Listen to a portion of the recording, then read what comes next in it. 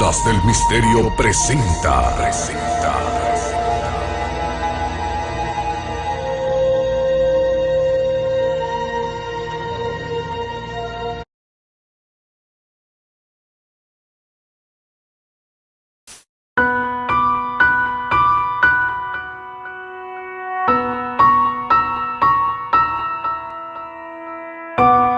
Los síntomas se repiten en miles de personas a lo largo del planeta.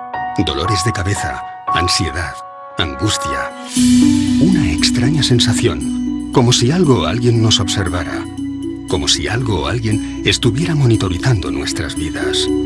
Apenas somos capaces de retener en la memoria el 30% de lo que hacemos a lo largo de un día. Pero, ¿y si escarbásemos en nuestros recuerdos y encontrásemos momentos que no deberían estar ahí?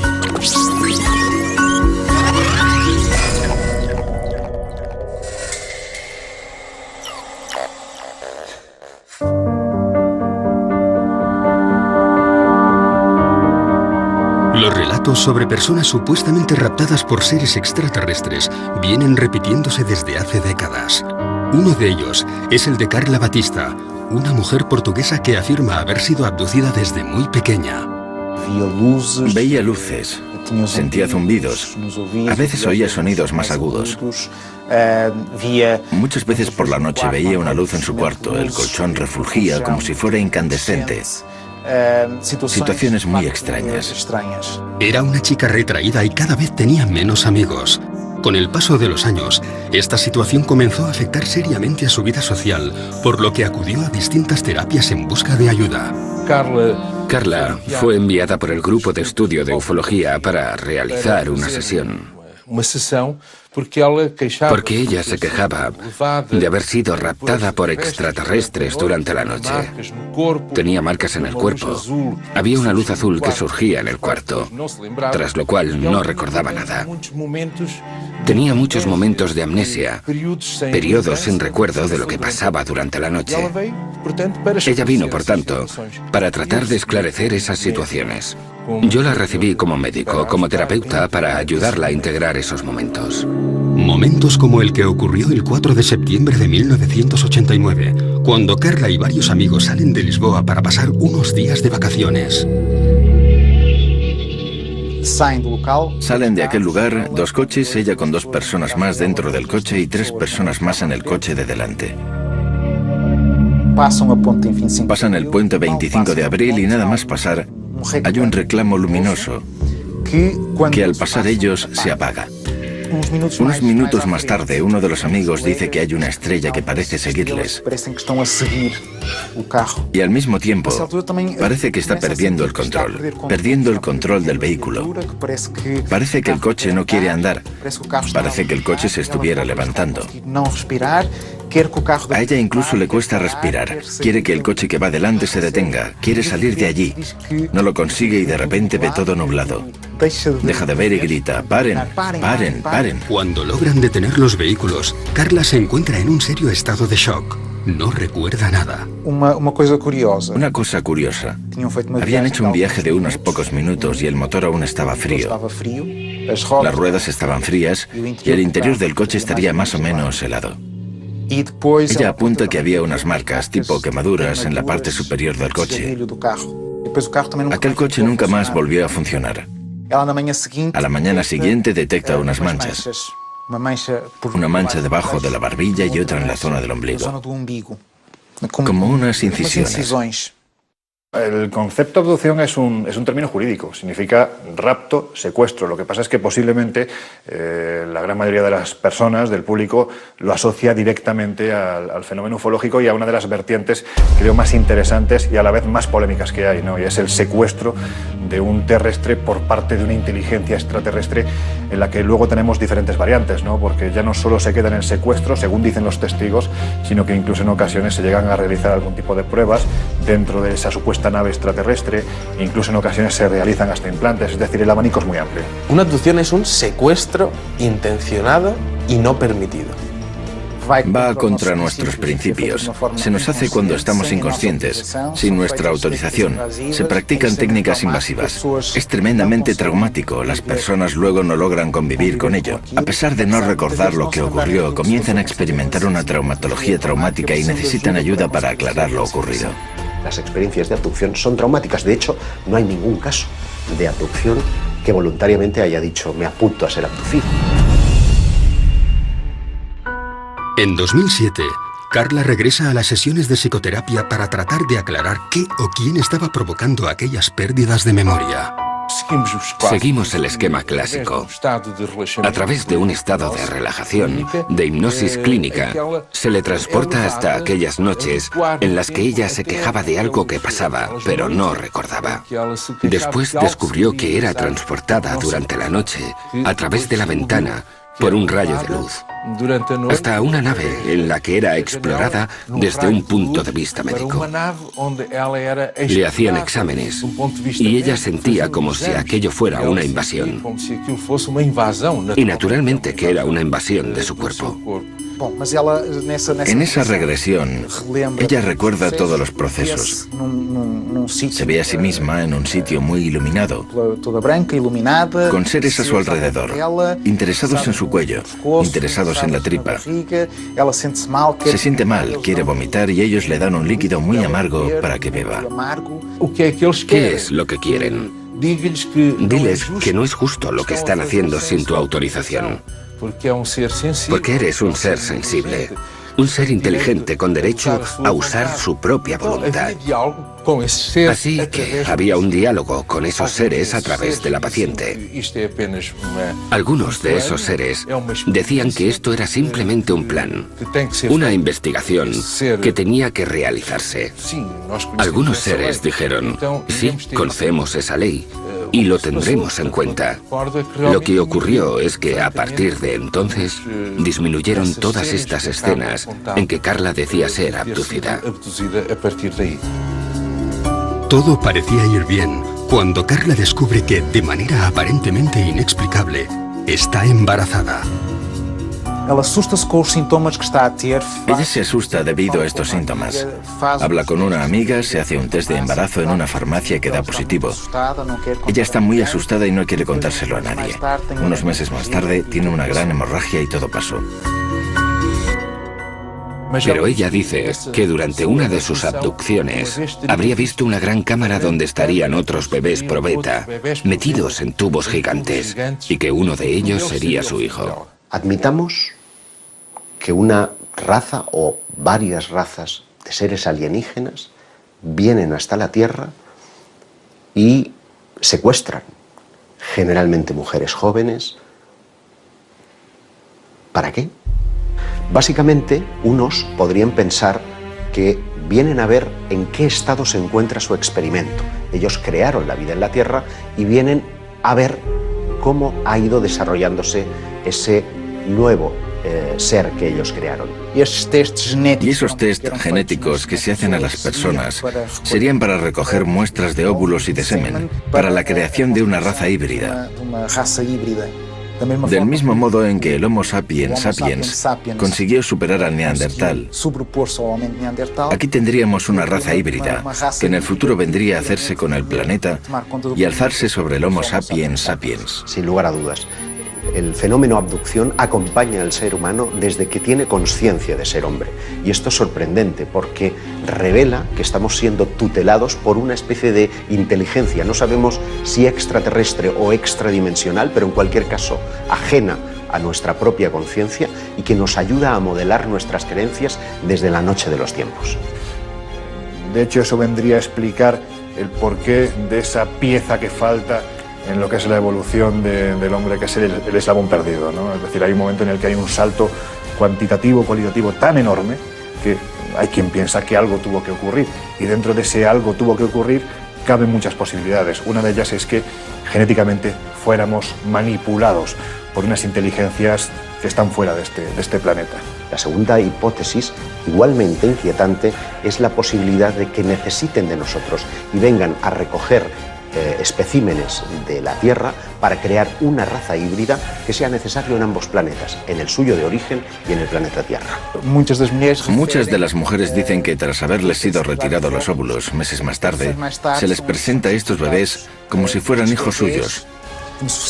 Muchas de ellas hablan de unos compartimentos grandes donde estaban depositados estos bebés, a donde se les acompañaba y se les mostraba: este es el tuyo. Y los extraterrestres querían que les enseñaran cómo transmitirles amor, cómo crear este enlace emocional, ya que estos nuevos seres tendrían ausencia de emociones. Ya en la década de los 70, el prestigioso investigador Joseph Allen Hynek creó la terminología que hoy es utilizada por la mayoría de los investigadores del fenómeno ovni. En ella se establecen 4 tipos de contacto. Los encuentros del primer tipo estarían aludiendo a luces lejanas en el firmamento. Los encuentros del segundo tipo es cuando ese objeto se presenta ya como algo coherente, como una nave. Los del tercer tipo son aquellos en los que el ovni ya está aterrizado, incluso muestra una cierta interacción con el terreno. Se pueden ver humanoides a su alrededor, cogiendo muestras o tomando algún tipo de medida en el entorno. Y finalmente están los encuentros del cuarto tipo, que nos entran en la dimensión más psíquica del fenómeno ovni. Es el fenómeno abducción. En 1961, Barney y Betty, un matrimonio de New Hampshire, observan una luz en mitad de la noche. Viajaban en coche, de regreso de sus vacaciones en Canadá. Barney coge unos prismáticos de la guantera, mira esa luz, comenta con Betty si se trata de un ovni, si es cualquier otra cosa, siguen la ruta y unas curvas más adelante ese objeto se ha vuelto una luz cegadora que está posada en medio de la carretera con un ser de piel azulada que les está invitando a pasar. Barney queda aterrorizado. De hecho, las punteras de sus pies estaban desgastados porque literalmente fue arrastrado hasta el interior de la nave.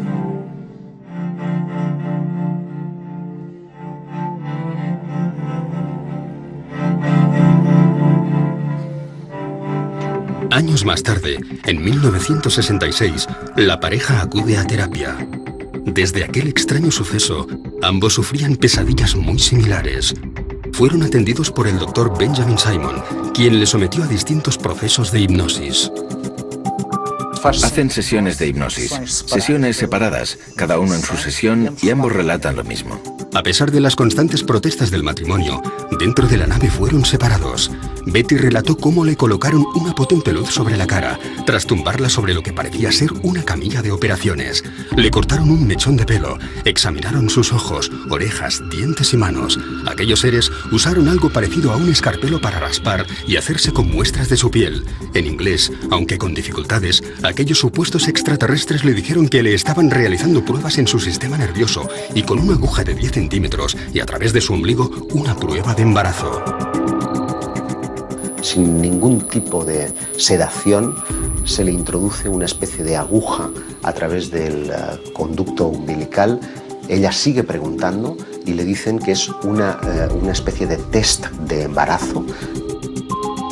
Una de las cosas más llamativas del episodio de los Hill es la descripción de una técnica de prospección intrauterina denominada laparoscopia que no sería descubierta hasta 20 años más tarde. Aun aceptando que pudieran haber en la literatura médica escritos, estos no aparecerían hasta una década más tarde. Por lo tanto, es una prueba objetiva de que hay ciertos conocimientos que los abducidos describen que son ignorados.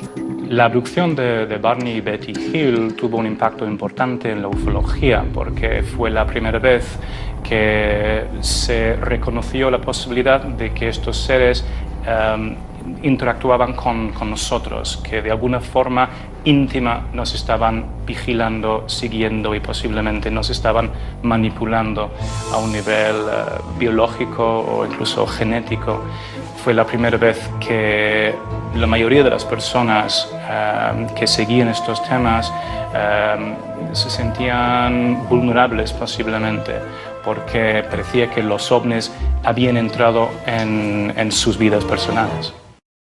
El estudio de las abducciones es tremendamente monótono. Todos los episodios tienen un modus operandi que es prácticamente idéntico. El protagonista suele estar conduciendo generalmente de noche. De repente, una luz lejana se hace presente, él la observa y a continuación esa luz ya está posada en el suelo. Unos seres le invitan en unos casos, en otros son forzados al interior de lo que ya es claramente una nave y allí son sometidos a todo tipo de experimentos, de reconocimientos médicos, de un chequeo muy general pero con un punto común, y es que todos ellos tienen un interés fundamental en la genética, en la reproducción. Lo que suelen decirnos los protagonistas de estos incidentes es que después de su experiencia la sensación es la de estar controlados, la de estar sirviendo información vía monitoraje de sus actividades a lo largo del tiempo. Y esto explica el por qué en muchos casos de abducción parece haber una especie de recurrencia en el individuo. Generalmente hay un primer caso que suele ocurrir en la niñez, alrededor de los 8 y 12 años, y posteriormente suelen irse produciendo otras visitas parecidas a lo largo de su vida. Esto significa que existe un estudio previo de todos los seres humanos por parte de estas entidades y que eligen a uno de ellos porque les interesa algo que tienen ellos. Es decir, con un muestreo de 7.000 millones de personas, cada uno con nuestro ADN y cada uno con nuestra personalidad, les interesa algo que tienen y ese algo lo están controlando y monitorizando durante el resto de su vida. Posteriormente hay otro elemento común en las abducciones y es que el testigo no recuerda esta hasta tiempo después. Incluso tienen que entrar en escena hipnoterapeutas que son los que le traen al presente ese recuerdo del pasado y a partir de ahí la vida del testigo cambia. El tiempo es muy importante en los casos de abducción porque parece que los seres que tripulan las naves parecen jugar con él. Se produce lo que llamamos un tiempo perdido. Es decir, el personaje, después de haber experimentado todo el proceso de abducción, no recuerdan nada.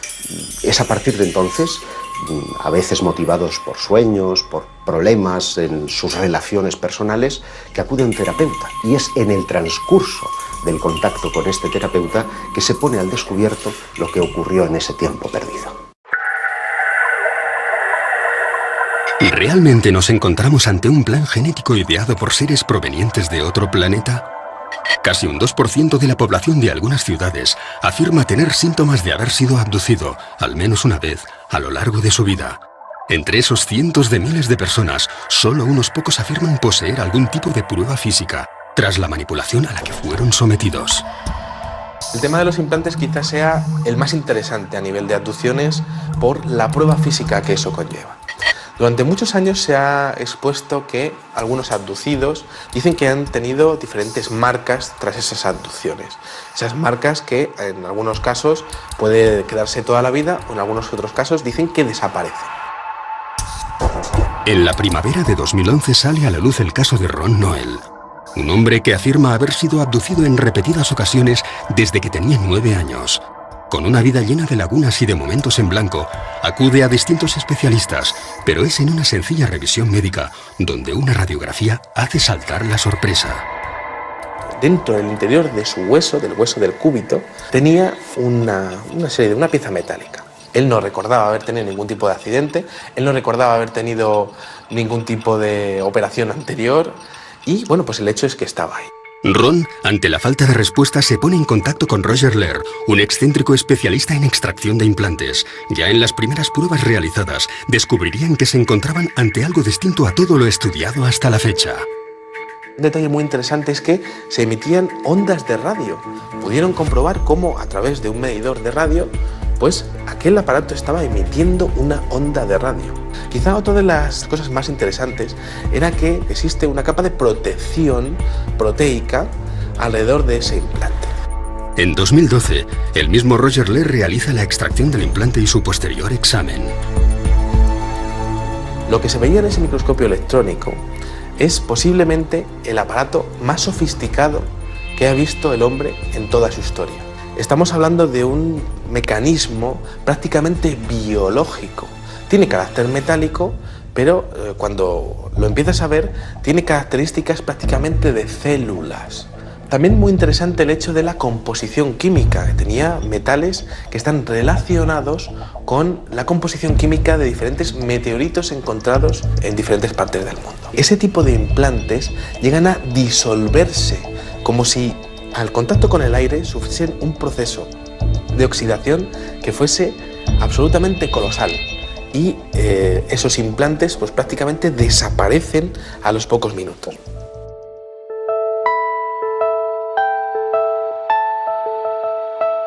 Cuando estamos hablando del fenómeno de las abducciones, estamos hablando prácticamente del fenómeno de la monitorización.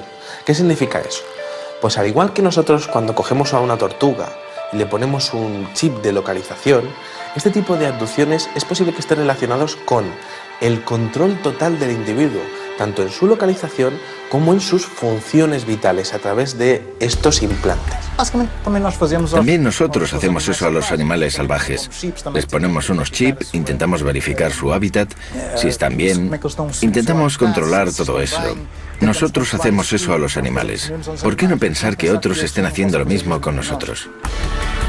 Todos ellos son fértiles, todos ellos son jóvenes, todos ellos tienen un coeficiente intelectual por encima de la media. Por lo tanto, parecen estar escogiendo especímenes de la raza humana muy especiales. Y creo que el futuro para los investigadores es poder trazar un perfil psicológico de todas las personas abducidas en el mundo y que se demuestre que hayan sido abducidas, y quizá también un perfil genético de salud para ver si existe algún tipo de conexión entre ellos que sea la clave para saber qué es lo que están buscando estas entidades. Un aspecto bastante negativo dentro de las abducciones. Las mutilaciones. Comenzaron a aparecer casos en los años 70 y 80 de mutilaciones. Mutilaciones concretamente de ganado. Las vacas aparecían con cortes quirúrgicos, ausencia de sangre en el cuerpo y ausencia de sangre en el terreno alrededor del animal. Cortes quirúrgicos, extracción de órganos concretos. Eran retirados unos y dejado otros. Se les sacaba a los ojos, partes del maxilar, orejas, todo de forma quirúrgica.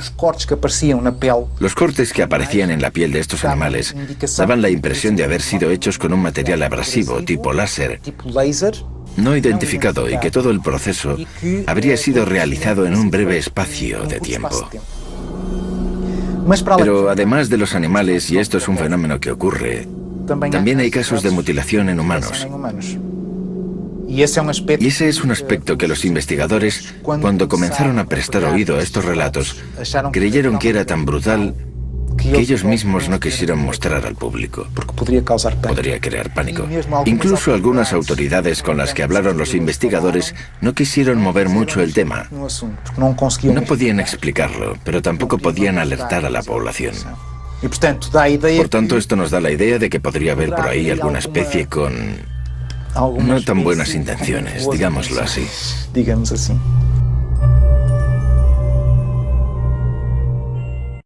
Tenemos muchos casos españoles interesantes. Recuerdo, por ejemplo, el caso de Miguel Herrero Sierra, que en 1978 se dirigía hacia Guadalajara por la Nacional 320.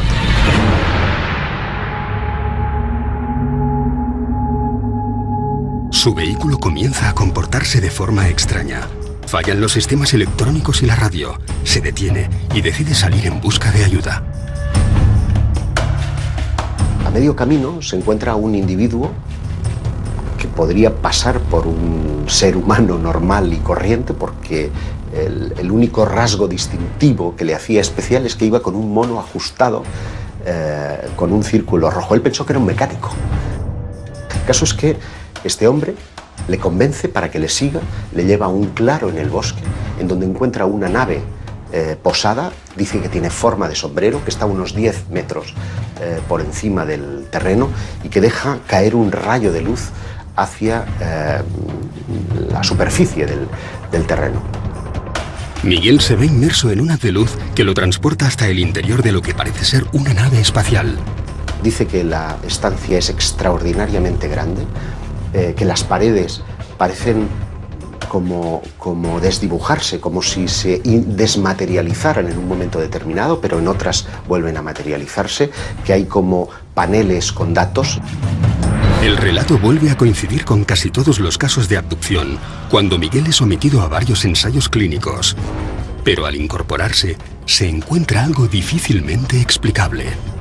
Le colocan en la camilla y después de experimentar con él y de reconocerlo, se reincorpora y hay algo que le perturba de una forma extraordinaria. Es que un ser que estaba de espaldas a él se da la vuelta y se encuentra a sí mismo, como si fuera un doble especular. La única característica que le distinguía es que una cicatriz que tiene en la cara estaba justamente al otro lado, como si fuera una imagen reflejada en un espejo. Y cuando intenta tocarle, el ser le dice, no, no lo hagas, porque si le tocas podrías destruirte y destruirle a él. Le cuentan la teoría de la antimateria, es decir, la carga eléctrica era inversa a la suya, de modo que nos encontramos frente a un concepto que no sería teorizado hasta muchos años más tarde. Para tratar de verificar lo que ha sucedido en el tiempo perdido, los investigadores acuden fundamentalmente a tres procedimientos. Uno es el polígrafo o la máquina de la verdad, que solamente se puede emplear en aquellos casos en los que el testigo recuerda previamente su experiencia, para tratar de verificar si lo que ha dicho es verdad o no. Muchos de los abducidos que han sido interrogados por este método, pues no se ha encontrado que estén mintiendo. El segundo método es el llamado pentotal sódico o suero de la verdad. Lo que trata es de inducir a través de una droga, de una sustancia psicotrópica, un estado de relajación en el que parece imposible mentir. Es un método muy cuestionado, por lo que el método más popular y utilizado para rescatar los recuerdos de los abducidos es el de la regresión hipnótica. ¿Nos encontramos ante miles de casos reales o se trata de algún tipo de alucinación colectiva? ¿Cómo podemos saber si un testigo ha sido realmente raptado por seres de otros mundos o sencillamente está mintiendo? Es muy difícil, porque para empezar, él tiene miedo a ser considerado loco. Debe tener la certeza de que esa persona que le va a recibir no va a reírse, no va a burlarse de él. Ha de tener la certeza de que recibirá eso que él cuenta sin hacer comentarios. Es entonces cuando se entrega al proceso, sobre todo porque viene con momentos que no recuerda. Aparece con marcas en el cuerpo, siente que pasó algo, tiene flashes que no logra integrar en su vida. Viene muy confuso y recela hasta de aquello que va a descubrir. Si han tenido un contacto con otros seres, por ejemplo, luego es difícil conversar al respecto con otras personas.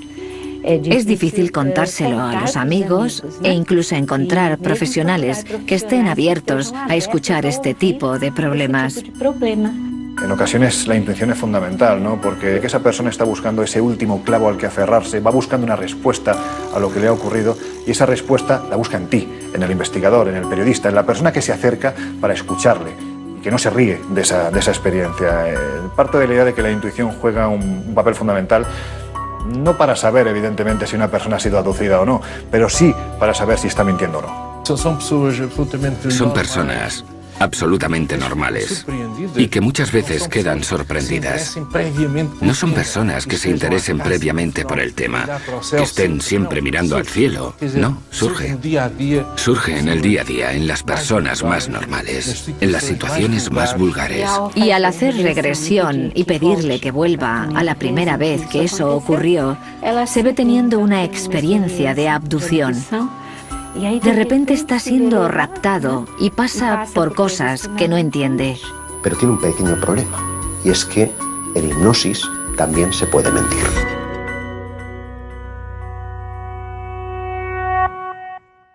Todos los interrogantes y todas las teorías que surgen del fenómeno abducción tienen un mismo punto de partida, espacios de tiempo en blanco, minutos, días, semanas, meses o años que las víctimas aseguran ser incapaces de recordar. Nosotros tenemos estrategias para acceder a memorias profundas de nuestro inconsciente. Solo que intentamos no influenciar de ninguna manera en lo ocurrido.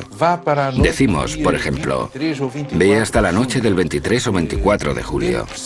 Intenta entender qué ocurrió. Describe qué es lo que ocurrió. Mira a tu derecha, mira a tu izquierda. ¿Cuándo sentiste eso? ¿Fue cuando estaba en la mesa de operaciones, por ejemplo?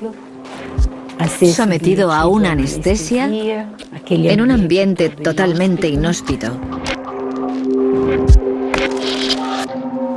Muchas veces también identificamos experiencias con otros seres, de contacto con otros seres que no forman parte del mundo manifiesto tal y como lo conocemos en nuestra consciencia.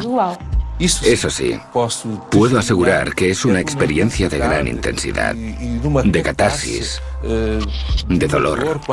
Cuando hay lugar para ello, de alegría. Cuando hay casos para ello, de miedo, de terror. Todo es vivido con mucha intensidad. El corazón late más deprisa, las manos transpiran. Cuando el testigo, la persona en este caso que ha sido víctima de una supuesta abducción, empieza a hablar, yo parto de la idea de que el primer sorprendido es precisamente el psiquiatra o el hipnoterapeuta que está llevando a cabo esta experiencia, porque lo que le están contando aparentemente no se corresponde con una persona ni que esté loca, ni que tenga algún problema mental, ni que esté mintiendo, ni que esté fabulando. Aparentemente hay algo real, y esto suele salir a través de los procesos de hipnoterapia. Esto debería ser estudiado. Intentar percibir qué hay detrás.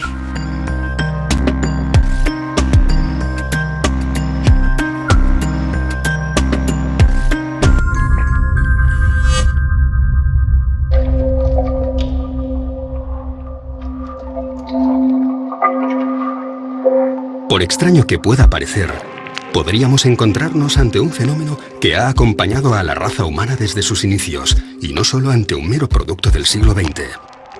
Pero es especialmente en el periodo de la Edad Media donde vamos a encontrar una serie de relatos que parecen encajar 100% con las modernas abducciones. Me estoy refiriendo a los íncubos y súcubos. Las actas inquisitoriales están llenas de descripciones de seres que se asemejan a los modernos extraterrestres. Es decir, la similitud es tan extraordinaria que parece que estamos ante el mismo fenómeno. No dicen ovni porque los ovnis no existían. Lo interesante para mí es que nunca hemos dejado de hablar de abducciones, es decir, que llevamos 500 años y posiblemente más tiempo, miles de años, quién sabe, hablando del rapto de humanos por parte de seres extraños.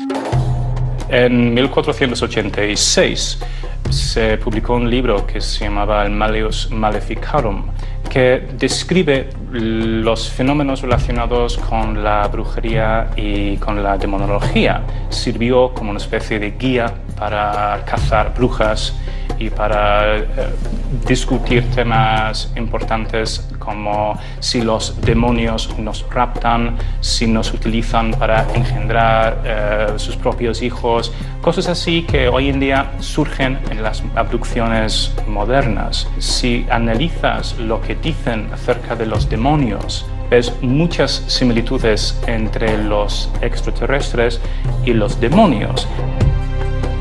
Los cazadores de brujas decían que no solo las brujas fueron raptadas por los demonios, sino cualquier persona. También se especulaba si estas abducciones eran fenómenos mentales, es decir, si el demonio era capaz de raptar a una persona mentalmente o si lo hacía físicamente.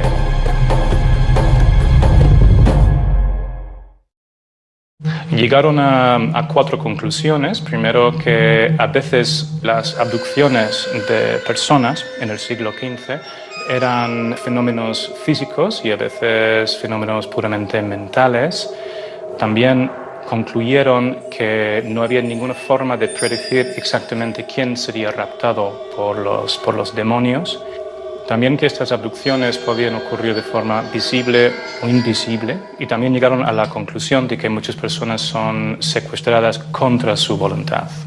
Otras características de los demonios, según apuntaron los autores del Malleus Maleficarum, eran que cuando comunicaban no se les veía mover las bocas, es decir, que parecían comunicar de una forma misteriosa. Creían que el sonido les salía desde dentro sin tener que pasar por la boca. Esto se puede comparar con los seres extraterrestres que se supone que comunican de forma telepática. No existía la palabra telepatía en el siglo XV. En las abducciones actuales se habla de cómo los extraterrestres pueden crear una especie de visión o panorama para que los testigos se confundan, no saben exactamente lo que está pasando. Los demonios hacían exactamente lo mismo y creaban visiones en la mente de los testigos para convencerles de que realmente no estaban en una reunión de diablos, sino que se encontraban en casa o en un sitio bastante idílico. Los seres sobrenaturales en el folclore y también en la demonología tienen cierta obsesión por las actividades sexuales de los humanos y también con la posibilidad de crear una especie de híbrido entre ellos y los humanos. Los diablos parecían sacar semen a los humanos y transportarlos de alguna manera y crear otros seres utilizando este producto. Y a veces incluso embarazos que terminaban de una forma bastante misteriosa y desaparecían de repente.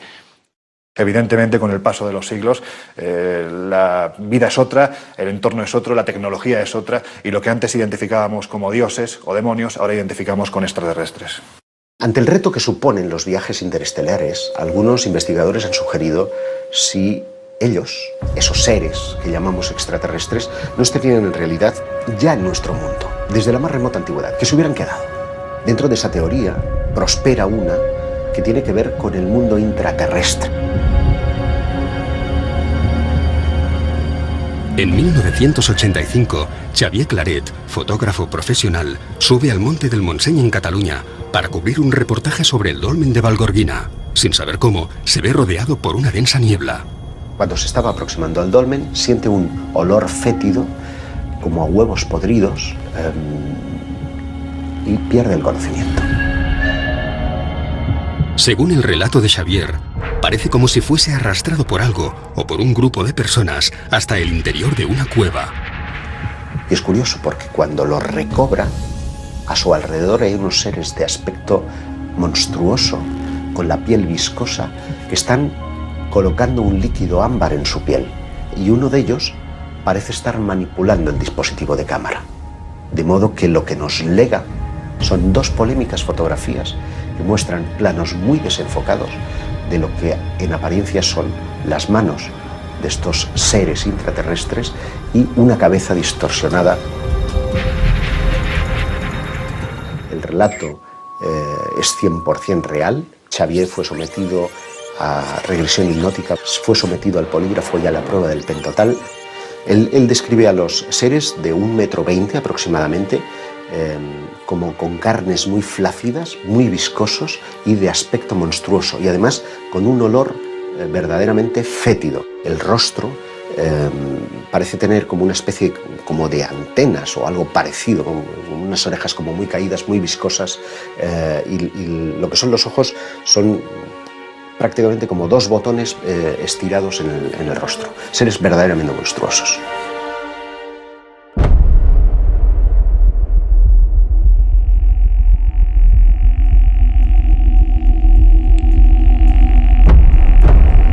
La mente humana no es una cinta de vídeo que podamos rebobinar para ver qué sucedió exactamente en cada momento de nuestra vida. Si lo hiciéramos, nos encontraríamos con demasiados fragmentos distorsionados, alterados o simplemente borrados. Las secuencias más dañadas de la cinta corresponderían con los episodios más traumáticos: miedo, dolor, angustia, soledad, falsos recuerdos o algo que no queremos recordar. ¿Qué ganan los abducidos contándonos esas experiencias que a menudo despiertan la sonrisa de sus vecinos y semejantes? No ganan nada, tienen mucho más que perder. Yo siempre les he definido como una suerte de infiltrados, como una quinta columna, como seres que, siendo escogidos por esa eventual raza de extraterrestres, tienen una misión a cumplir. El qué y el cuándo lo ignoramos.